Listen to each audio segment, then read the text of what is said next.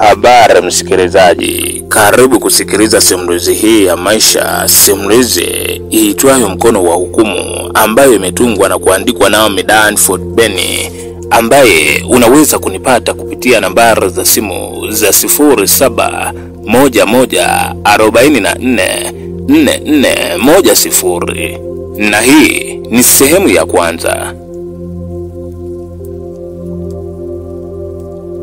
Kiza kilishika anga, ubaridi ulitawala na wingu zito lilitanda angani kuashiria muda si mrefu mvua itanyesha wakati huu wa usiku mchanga. Usiku ambao ulifanya wapambanaji wengi kurejea makwao wakiamini kuwa wakati wa kutafuta riziki ulikuwa umekwisha na sasa ilikuwa ni wakati wa mapumziko, ijapo kuna wachache sasa ndio kulikuwa kumekucha kwenda kutafuta katika giza.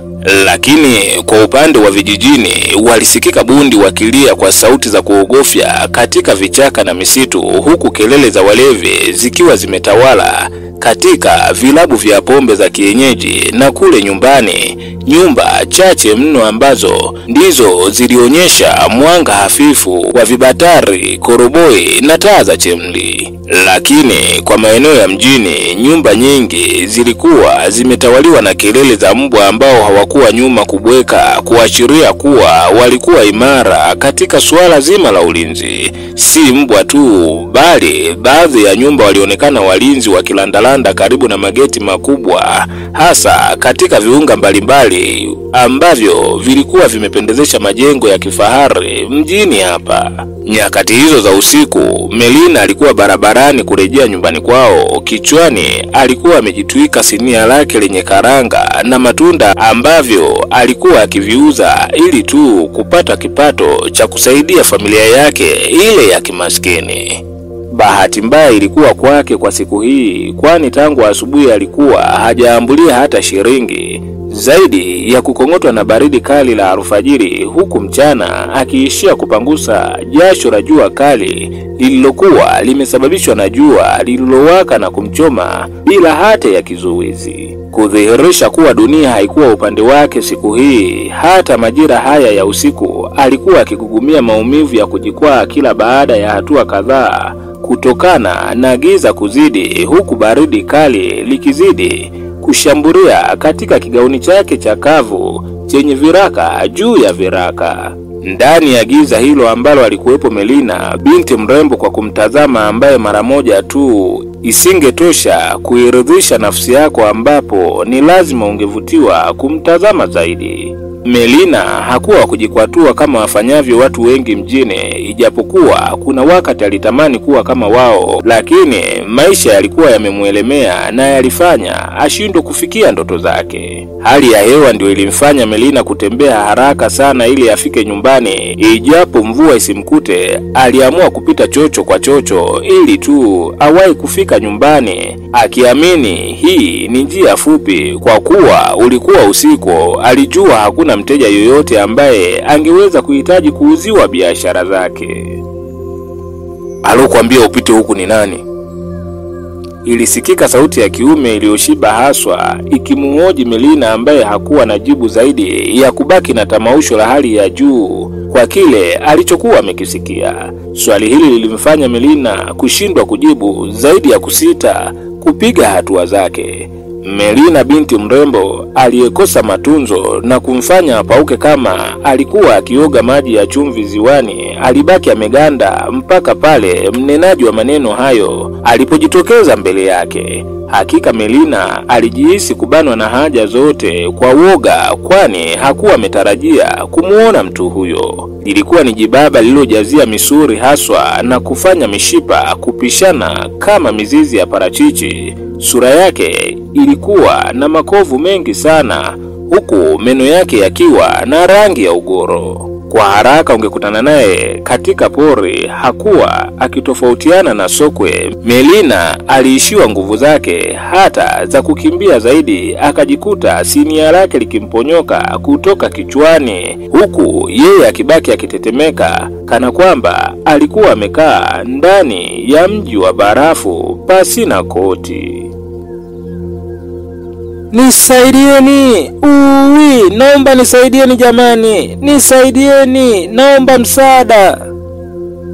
Melina alipiga yoyo ya kuomba msaada, lakini aliambulia patupu, kwani mwanaume huyu hakuonyesha woga wowote. Zaidi alimsogelea na kumkamata kisawasawa mpaka pale Melina aliposhindwa kufurukuta kabisa, na bila kuchelewa akatatua kijigauni alichokuwa amevaa Melina na kumbwaga ardhini, ambapo ni wazi kuwa alikuwa amedhamiria kumbaka tu na sio kingine. Nisaidieni jamani, nabakwa mimi, msaada jamani, nabakwa. Alisikika binti Melina ambaye ni wazi hakuwa akitaka kitokee kile kilichokuwa kikitaka kutokea kwa muda mchache usiku huu. Alikuwa akilia kwa uchungu ambao wazi ulionyesha maumivu ya rohoni kwa hofu ya jambo lililokuwa likiendelea wakati huu mbele yake, lakini kelele zote hazikuwa msaada kwake, hasa katika mtaa huu ambao ulikuwa unasifika kwa matukio ya kutisha kama haya ya ubakaji, wizi, ujambazi pamoja na mauaji ya kikatili sana kila kukicha. Sio hivyo tu, mtaa huu wa Kitemi pia ulikuwa umetawaliwa na imani za kishirikina.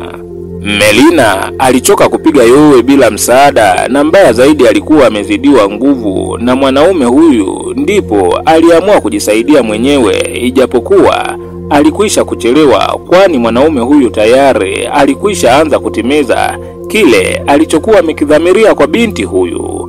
Melina alifurukuta na kumbwaga chini, naye akajaribu kutoroka eneo lile. Ukweli mwanaume huyu alishachoka, ndio maana alishindwa hata kujizuia kusukumwa na binti huyu mdogo. Lakini haikuwa mwisho wa dhuluma hii ya kingono kwa binti huyu, kwani licha ya kujaribu kujizoazoa ili akimbie, bwana huyu alimdaka mguu wake na kumfanya Melina anguke chini kama mzigo na kugongesha paji lake la uso ardhini, hali iliyopelekea kuanza kuona maluelue, na papo hapo alianza kuishiwa nguvu za kupambana tena, jambo lililompa nafasi adui yake kumshambulia kwa uhuru bila kipingamizi. Hakika alimsurubu mno binti yule bila huruma. Kitendo hicho kilipelekea maumivu makali kimwili na kiakili, kwani aliingiliwa bila ridhaa yake, na mbaya zaidi binti huyu alikuwa bado bikra. Bwana huyu akakifuata kiatu chake ambacho kilikuwa kimechanika, kiatu ambacho kilivuka katika purukushani ile ya kupambania kombe. Ni wazi kwa muonekano wa haraka, hata mwanaume huyu pia alionekana kuwa alikuwa ametokea familia ya kifukara, kwani hata kiatu chake kile alichokuwa kikifuata ilikuwa ni sawa tu na kutembea peku, sio kwa kile kiatu kilivyokuwa kimechanika, kwani vidole vyote na kisigino vilikuwa vikitazama namna dunia ilivyokuwa ya mateso. Majira ya saa 11 alfajiri, Melina ndipo alikuwa akizinduka kutoka katika kupoteza fahamu kwa muda mrefu, na hii ilikuwa ni bahati kwake, maana hata ile mvua iliyokuwa imeandama katika mawingu haikuwa imenyesha kabisa.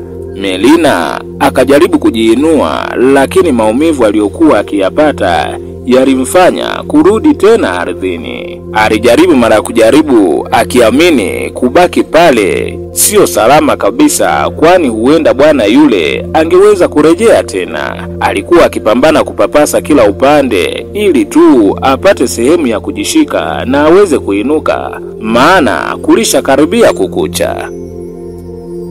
Akiwa anaendelea kuhaha ili ajiinue pale ardhini, mara kagusa kitu kigumu kidogo ambacho akakivuta na kukisogeza karibu na macho yake. Ijapo hakuwa amekiona vyema, lakini alihisi kuwa kilikuwa ni kitambulisho na hakutaka kukiacha kabisa, akiamini mmiliki ndiye aliyekuwa mbaya wake. Hata akatamani kukuche haraka ili kumjua aliyekuwa amemtendea vibaya namna ile. Melina aliamua kukiweka vyema kitambulisho hicho, na taratibu akajiinua na kuanza kujikokota kuelekea nyumbani ile asubuhi, akitembea mwendo uliojaa michechemeo na mwendo uliojaa uchovu mkubwa kutokana na tukio lile la kuingiliwa kimwili kwa mara ya kwanza bila ridhaa yake. Naam, sehemu ya kwanza imetamatia hapa. Je, unadhani nini hatima ya mkasa huu na nini kitaendelea? Unaweza kunipata kupitia mitandao ya kijamii, Instagram, Facebook pamoja na YouTube.